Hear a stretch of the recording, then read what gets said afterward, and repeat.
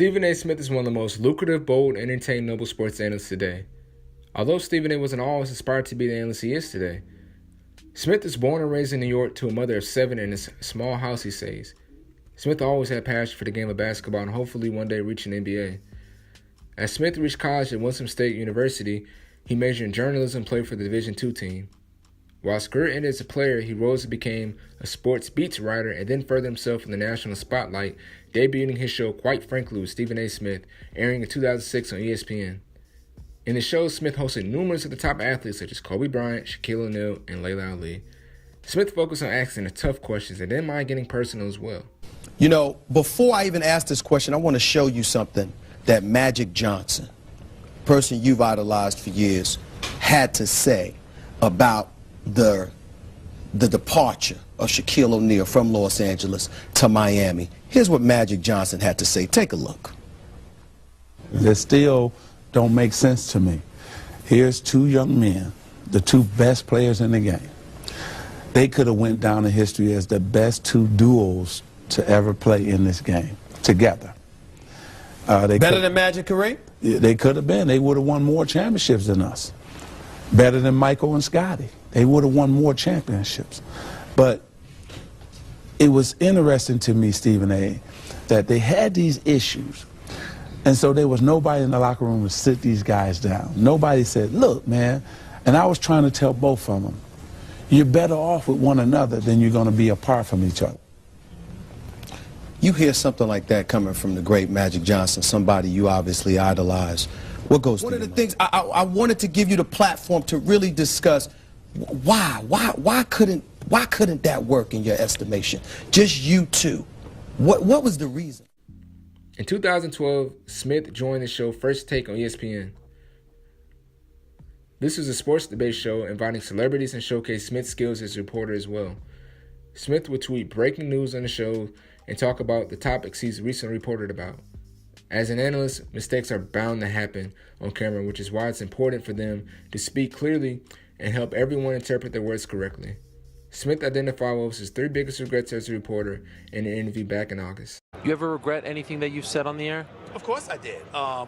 You know, I remember one time, it's three times, the 3 times stood out of my mind. Okay. I remember with Big Dog Glenn Robinson, I came out and apologized because even though he and I never got along, I brought up his name when I was talking about expressing an incident one day, and he had retired and all of that stuff, and I just should have left it alone. And actually, years before that, I was insulting him because of how he played one night, and I had no idea that his mom had just passed. Wow. I had no clue because I would have never done that. I just lost my mother, and I would thank you. I would never ever do something like that. So I didn't know. So I had regrets there.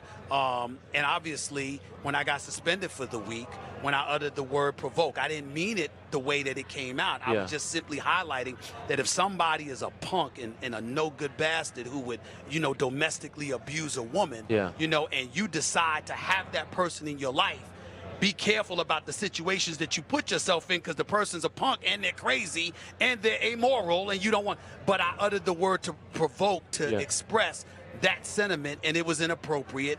And because of that, there were a lot of women that misconstrued the point that I was coming from. Me being raised by 5 women, my 4 older sisters and my mother, having 13 nieces and nephews, having 2 daughters. Of course, I don't feel that way. I'm very sensitive. That's a very pertinent issue in my life. I don't play that nonsense.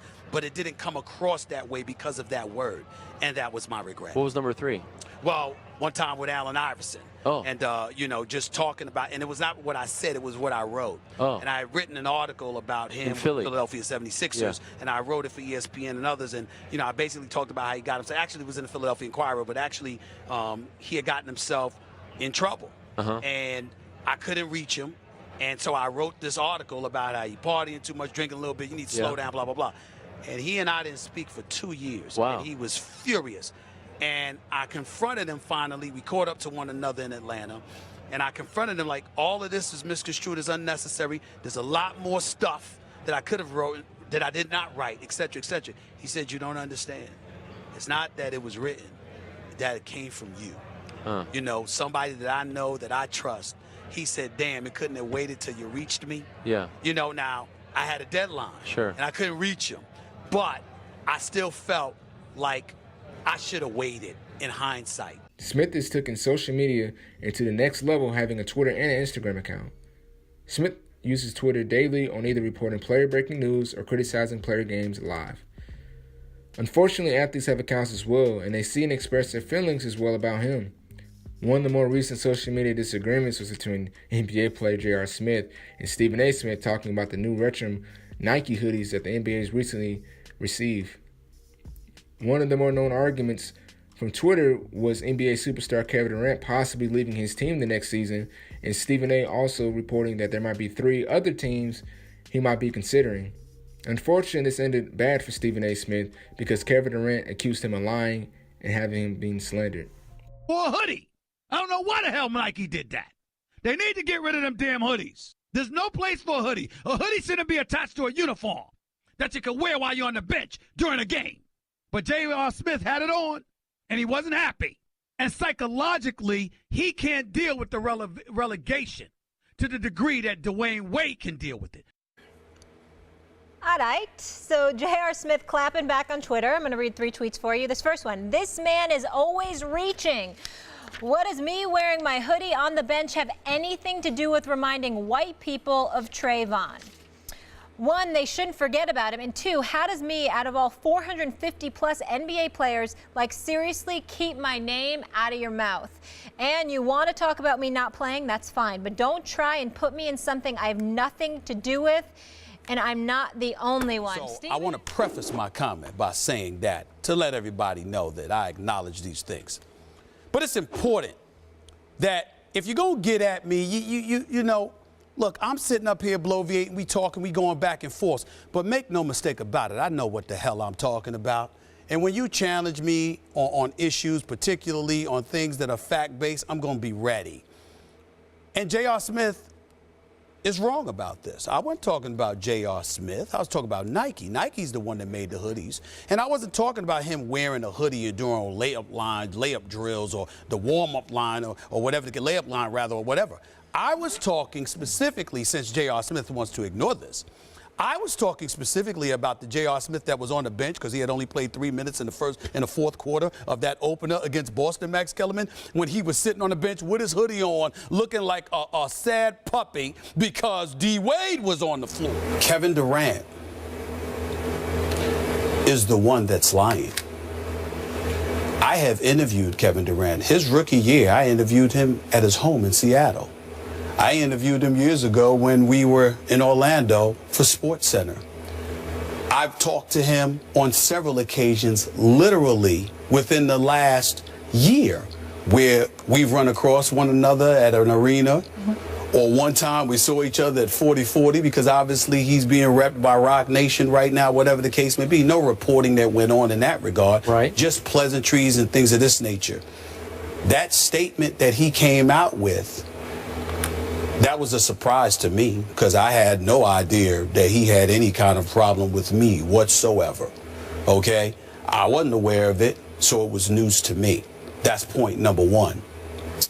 Point number 2 is, what it comes down to is that Kevin Durant is trying to put me in some kind of jacket or whatever the case may be. Let me be very, very clear, my brother, it does not fit.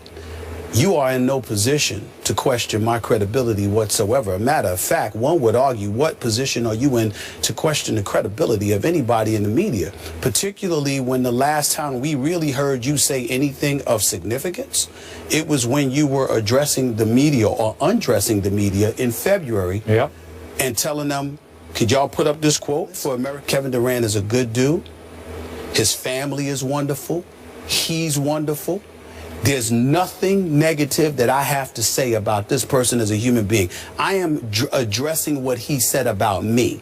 I am not attacking Kevin Durant. As I said on my own Twitter account, in response to him, the game is better when he's playing. Sure. I consider him one of the top 2 players in the world. If Kevin Durant decides to leave OKC, I'm hearing that LA is a prime spot that he is considering. Not to say he's not considering DC, Miami, New York, or whatever. That's what I heard.